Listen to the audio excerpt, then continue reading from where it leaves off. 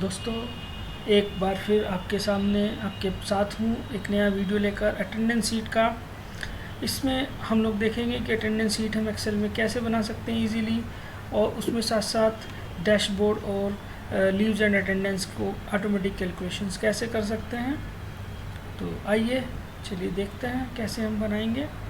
इसके लिए हम सबसे पहले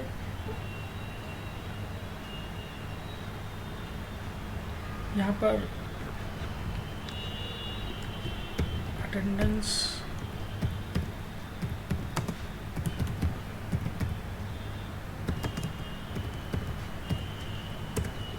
लिखते हैं। सेल्स लेकर हम उसको सेंटर कर देते हैं, इसका कलर चेंज कर देते हैं।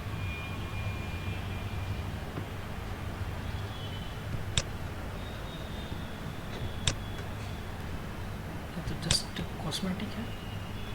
तो अब हम यहाँ पर डेट डाटा डालना शुरू करते हैं। एम्प्लॉय नेम,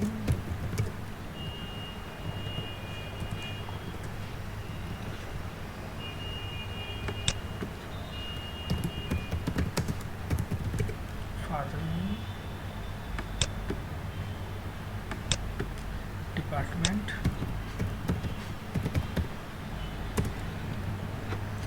यहाँ से हम डेट डालेंगे।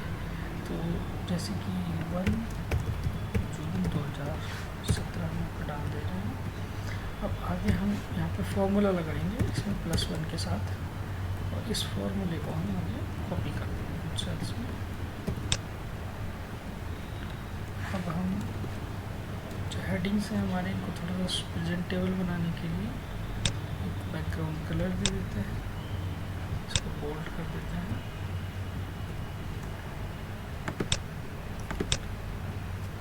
ये डिमॉन्स्ट्रेशन पर्पस से मैं कुछ ही डेट्स लिए हैं, आप आगे इसको पूरा मंथ एंड तक ले जा सकते हैं, जिसमें एक शीट में आपका पूरा मंथ आ जाएगा। तो अब यहाँ पर हम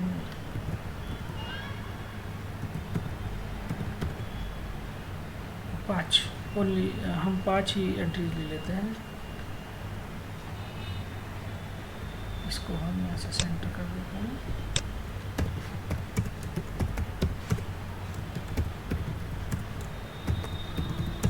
कुछ भी डेटा डाल देते हैं।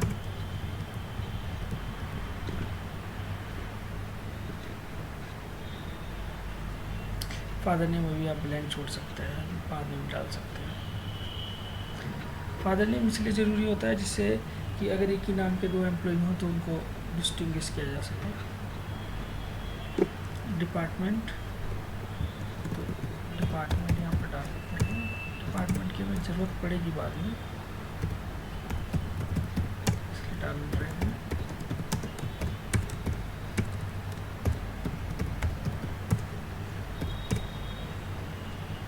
तो अब यहाँ पर हम अटेंडेंस डाल देते हैं। जिसकी अटेंडेंस होगी वो P लगाएंगे हम। कोई छुट्टी पर है तो CL लगा देते हैं। तो इस तरह से हम यहाँ पर अटेंडेंस डाल देते हैं, और इस शीट का नाम कुछ चेंज कर देते हैं।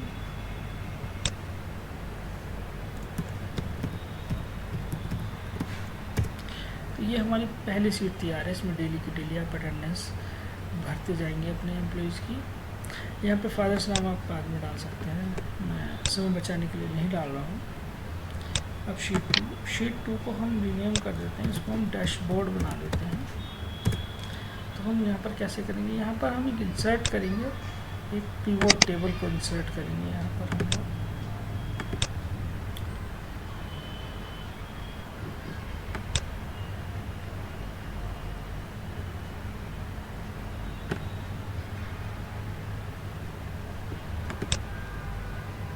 ये पिवोट टेबल इंसर्ट हो गई है, ये हमने छोड़ दिया।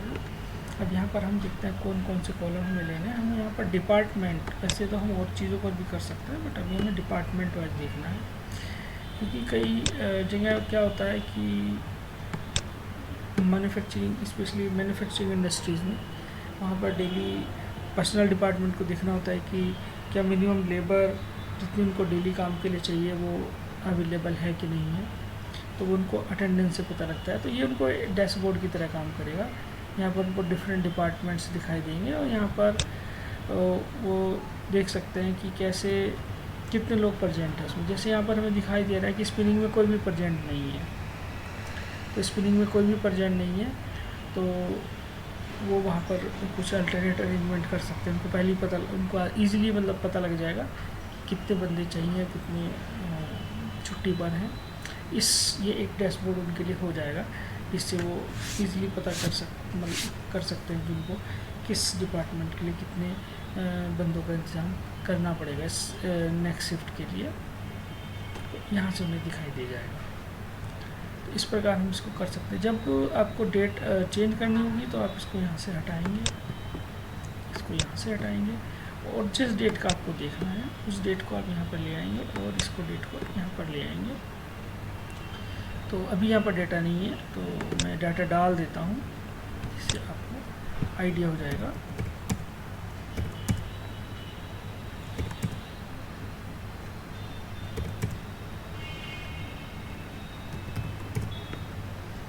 अब देखते हैं अगर क्या होगा डैशबोर्ड पर। अब हम डैशबोर्ड पर जाएंगे तो देखिए ये अभी ब्लैंक पड़ा हुआ है, 2 जून का दिखाई दे रहा है। हम इसको यहाँ पर राइट क्लिक करेंगे और ये रिफ़्रेश का बटन आ जाएगा, तो हम रिफ़्रेश यहाँ पर कर देंगे। तो ये देखिए रिफ़्रेश हो गया है। यहाँ पर ये हमें टोटल काउंटिंग भी दिखा रहा है कि टोटल कितने एम्प्लॉइज़ हैं। ये हमारा जो कॉलम है ये टोटल काउंटिंग दिखा रहा है एम्प्लॉइज़ की। और यहाँ कीपिंग के स्टाफ में 1 प्रेजेंट है और 1 सिक लीव पर है। स्पिनिंग के स्टाफ में 1 ही है, वो प्रेजेंट है। और वीविंग के स्टाफ में 1 है, वो LWP पर है और दूसरा प्रेजेंट है। तो इस प्रकार हमें पूरी सिचुएशन इस डैशबोर्ड पर दिखाई दे रही है। ये डैशबोर्ड बहुत सोफिस्टिकेटेड नहीं है, बट आपके काम करने के लिए काफ़ी है। और इसमें बाकी और चीज़ें भी आप देख सकते हैं वैसे यहाँ पर पिवट टेबल्स में, लेकिन अभी हम उनको नहीं देख रहे हैं। अब हम तीसरे उस पर जा रहे हैं। यहाँ पर हम लीव्स एंड प्रेजेंट, लीव्स और प्रेजेंट का देखेंगे कि हम लीव्स और प्रेजेंट को कैसे देख सकते हैं, कैसे हम फॉर्मूला लगाएंगे यहाँ पर और ऑटोमेटिकली कैलकुलेट कर देगा कि मंथ में कौन एम्प्लॉय हमारा कितने दिन तक प्रेजेंट था और कितने दिन एब्सेंट।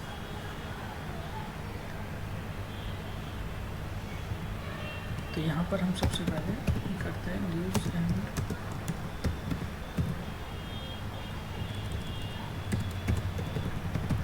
प्रेजेंट।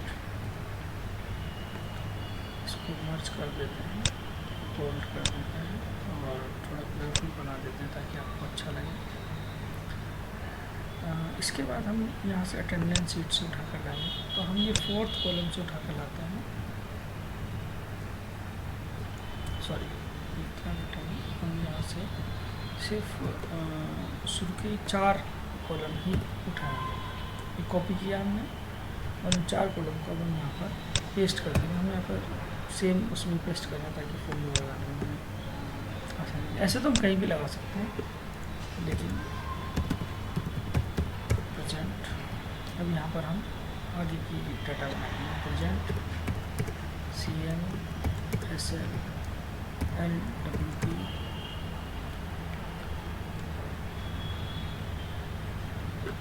अगर आपके यहाँ PL है तो आप PL भी डाल सकते हैं। फिर यहाँ पर LWP जो भी आपके यहाँ है वो आप इसमें आराम से डाल सकते हैं। अब यहाँ पर हम फॉर्मूला लगाएंगे काउंट इफ का फॉर्मूला शायद आप लोगों ने, आप में से बहुतों ने यूज़ किया होगा और बहुतों ने अभी तक यूज़ नहीं किया होगा। तो काउंट इफ जो है एक पर्टिकुलर रेंज से एक क्राइटेरिया पर डेटा उठाता है। तो हम इसमें रेंज देंगे, देखिए कैसे रेंज देते हैं। काउंट इफ में हम रेंज देंगे, पहले एम्प्लॉय की रेंज देंगे हम इसमें। तो इसके पूरे मंथ का डेटा हम यहाँ पर भी हमने 11 दिन ही लिए हैं, तो 11 दिन का डेटा हम उठा रहे हैं। अदरवाइज आप इसको पूरे मंथ का डेटा उठाएंगे। यहाँ पर पूरे मंथ का 30 तारीख तक का डेटा आप सिलेक्ट करेंगे और यहाँ पर फिर लिखेंगे P मतलब प्रेजेंट। तो P जिस कॉलम में होगा उसको ये काउंट करके हमें यहाँ पर दिखाएगा। और फिर हम इस फॉर्मूले को नीचे तक कॉपी कर देंगे। अब हम दूसरा ट्राई करते हैं, दूसरे कॉलम में लिखेंगे। तो दूसरे कॉलम में हम सिमिलरली लिखेंगे काउंट इफ, और फिर वही रेंज हम सेलेक्ट करेंगे। पूरे मंथ की रेंज यहाँ पर हमें देनी है, एंड कोमा और CL कर देंगे हम। तो ये यहाँ पर आ जाएगा डेटा हमारा, और फिर हम इसको ऐसे नीचे ड्रैग कर देंगे।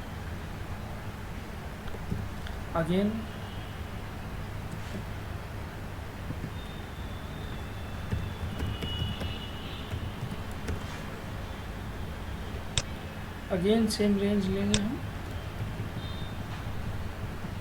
अगर आपको ये याद हो गया तो आप कॉपी पेस्ट भी कर सकते हैं। तो देखिए ये फॉर्मूला आ गया है। अगर अब हम इसको अगर यहाँ से यहाँ कॉपी करेंगे तो ये एक्चुअली कुछ गड़बड़ हो जाएगा। तो एक कॉलम इसने किसका दिया है, तो हम ई से शुरू करते हैं और देखते हैं, इधर ई से ओ तक है और इधर एफ से पी तक हो गया है।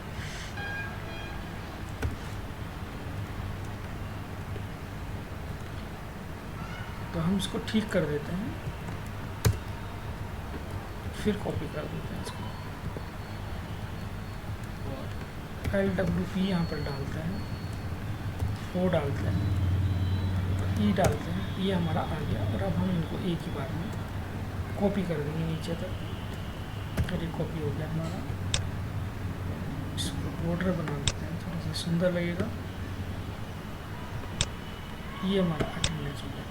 तो ये हमारा उन सब का अटेंडेंस दिखाई दे रहा है। और यहाँ पर जब आप टोटल करेंगे, आप वैलिडेट कर सकते हैं, टोटल करेंगे आप, तो टोटल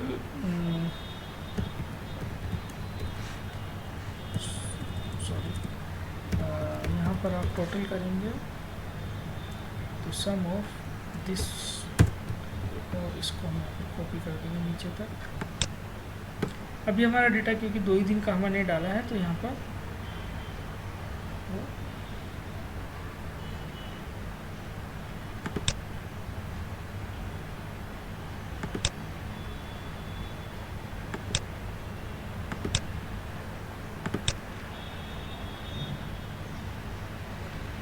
ये गलती हो रही है कुछ। यहाँ पर देखिए अब ये यहाँ पर गलती हो रही है, तो हमें पकड़ में भी आ गई कि यहाँ पर कुछ गलती हो रही है, क्योंकि यहाँ पर डाटा 2 दिन का डाला है, तो यहाँ पर 3 दिन का अटेंडेंस कैसे आ रहा है। अब देखिए मैंने चेक किया कि ये यहाँ पर हमने फॉर्मूला गलत किया है, यहाँ पर फॉर्मूला हमारा गलत है, ये हमारा P होना चाहिए था। और अब हम इस फॉर्मूले को दोबारा नीचे तक कॉपी कर देंगे तो ये सही हो गया। अब देखिए कि टोटल वाले कॉलम में हर एक में सिर्फ 2 आ रहा है, 2। तो आप इसको चेक कर सकते हैं। अगर 2 से ज़्यादा आ रहा है तो फिर यहाँ पर गलती है हमारे इस केस में, लेकिन आपके केस में ये मंथ पर आना चाहिए। आप यहाँ पर इसको और चेक करने के लिए डेटा और यहाँ पर फ़िल्टर लगा सकते हैं। फ़िल्टर में जब आप यहाँ पर जाएंगे तो आपको यहाँ पर डिफरेंट वैल्यूज़ दिखाई देंगी जो कि उस कॉलम में आ रही हैं। तो इस केस में हमें सिर्फ 2 दिखाई दे रहे हैं क्योंकि एक ही वैल्यू आ रही है। अगर 2 से अलग कुछ वैल्यू में दिखाई देती तो इसका मतलब यहाँ पर गलती थी और हम उसको चेक करते हैं। यहाँ पर कोई गलती अभी हमें नहीं दिखाई दे रही है। तो आपके केस में यहाँ पर ये टोटल मंथ के टोटल डेज यहाँ पर दिखाएगा, तो जिससे आप क्रॉस चेक कर सकते हैं इसको कि आपका डेटा सही है कि नहीं है।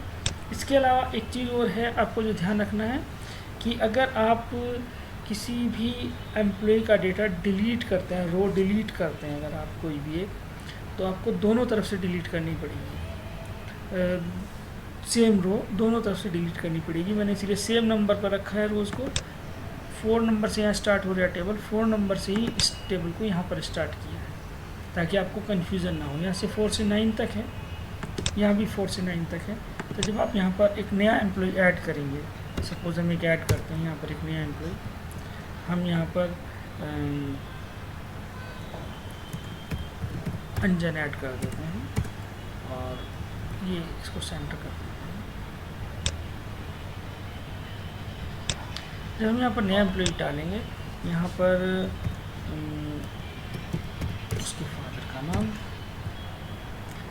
यहाँ पर उसका डिपार्टमेंट डालना है। सपोज वो स्पिनिंग में है तो स्पिनिंग डालेंगे, और उसकी यहाँ पर LWP लगेगी, वो उसने ज्वाइन सपोज यहाँ पर किया है, यहाँ पर इस तरह से हम उसकी अटेंडेंस डालेंगे, और बाकी लोग की अटेंडेंस हम सपोज सेम ही कॉपी कर देते हैं।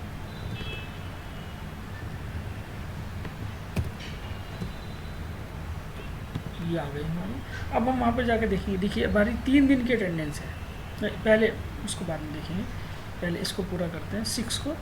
तो 6 का डेटा 10 नंबर रो पर है, तो इसको हम यहाँ पर कॉपी करेंगे एज इट इज़, और ले जाकर अपने लीव प्रेजेंट वाले में इसमें कॉपी कर देंगे, और जो हमारे ऊपर के फॉर्मूले हैं उसको एज इट इज़ ये उठाएंगे, हम Ctrl+C करेंगे और Ctrl+V कर देंगे, तो हमारा फॉर्मूला जो है एज इट इज़ कॉपी हो गया है। और ये बॉर्डर लगा देंगे, डेटा टेबलर हो जाएगा। तो ये हमारा डेटा देखिए बिल्कुल सही आ गया। 2 दिन LWP है उसका, और एक जो उसने ज्वाइन की 3 तारीख को किया है, तो 2 दिन LWP हमें दिख रहा है। तो इस प्रकार से हमारा डाटा बिल्कुल सही एकदम, हमारे पास हमेशा उसकी अटेंडेंस उनकी रेडी रहेगी।